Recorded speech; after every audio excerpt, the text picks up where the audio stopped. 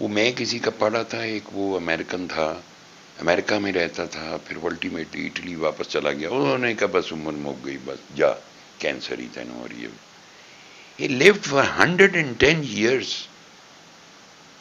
1990 میں he went to امریکہ ان ڈاکٹروں سے ملنے کے لیے کہ میرا کینسر ٹھیک ہو گیا، وہ سارے ڈاکٹر مر چکے تھے.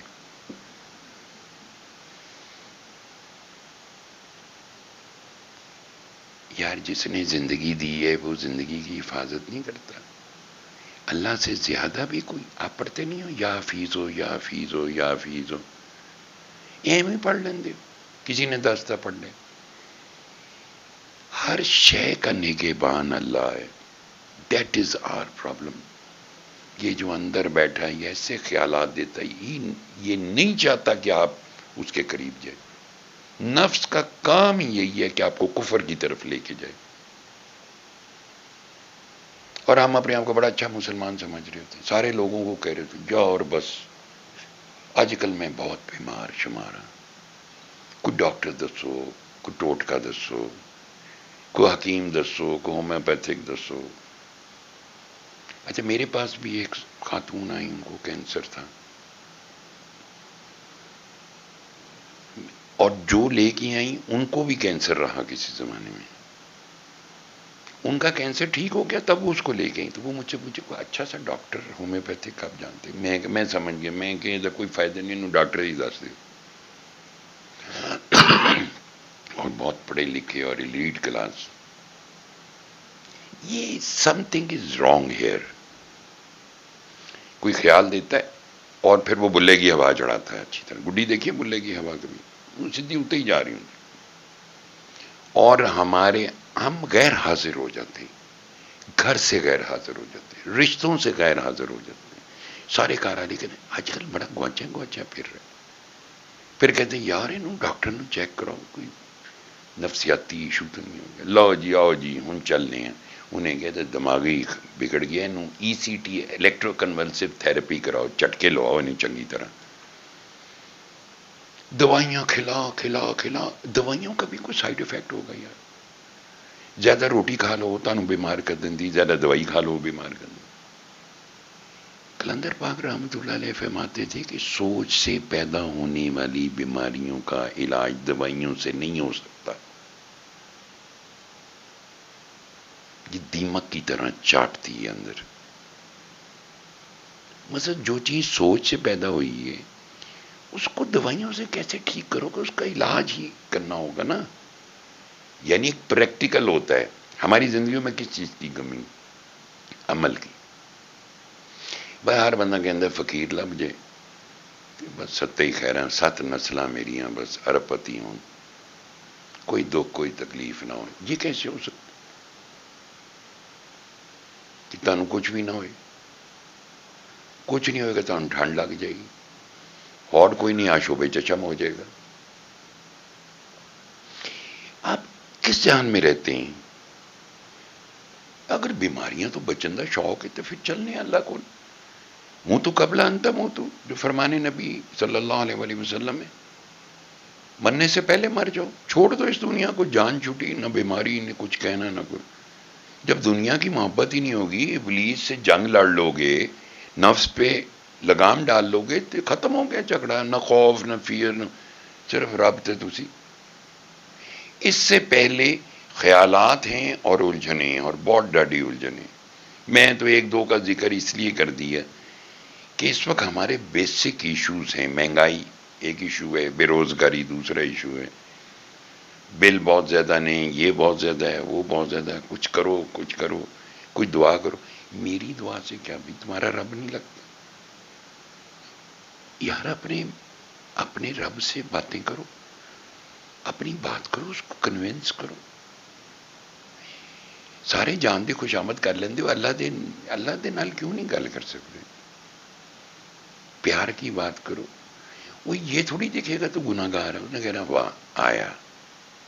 فرشتے بڑا رولا باندھے نے، یا مالک کہ غلطی یہی بندے نے اللہ کو پکارا، وہ بھٹکا ہوا ہے، بھولا ہوا ہے، جو بھی ہے، فرشتوں نے آواز دبا لی. اللہ دیکھ رہے، اس نے پھر اللہ کہا، انہوں نے پھر آواز دبا لی. جب تیسری دفعہ انہوں نے آواز دبائی تو اللہ نے پوچھا ہاں بھائی تمہارا کیا مسئلہ؟ میرا بندہ ہے، تمہارا کیا مسئلہ ہے؟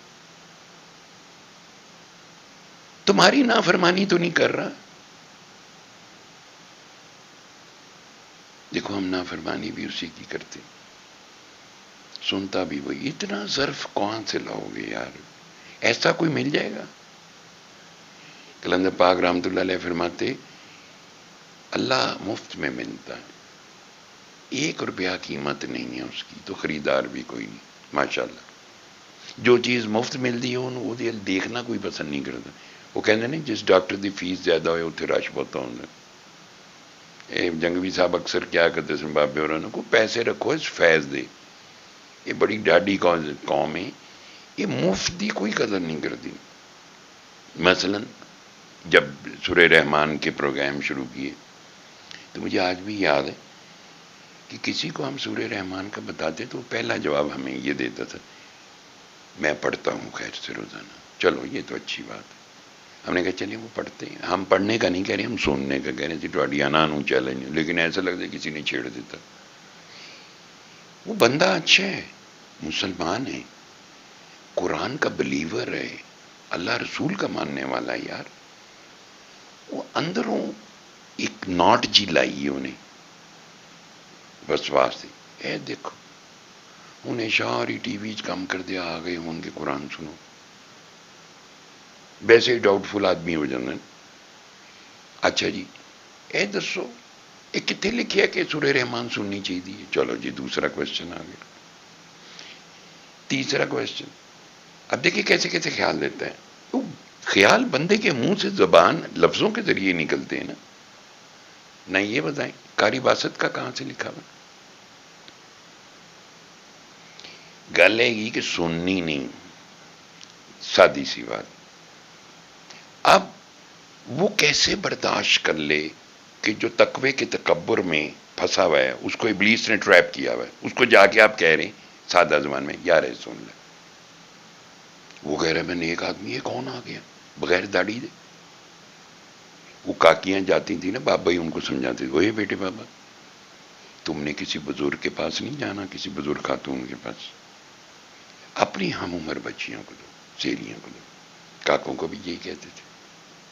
پھر ساتھ یہ بھی تلقین کرتے تھے بحث نہیں کرنی، چونکہ وہ اور الجھن کا باعث بنے گا.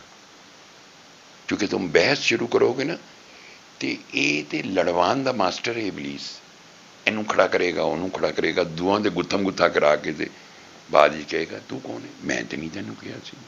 وہ راہب کا قصہ تو میں نے اسی لیے سنایا تھا. بالکل اس کو پھانسی کے تختے پہ چڑھا کے کہہ رہے بس ٹھیک ہے بچا لوں گا، 2 سجدے مجھے کر لے.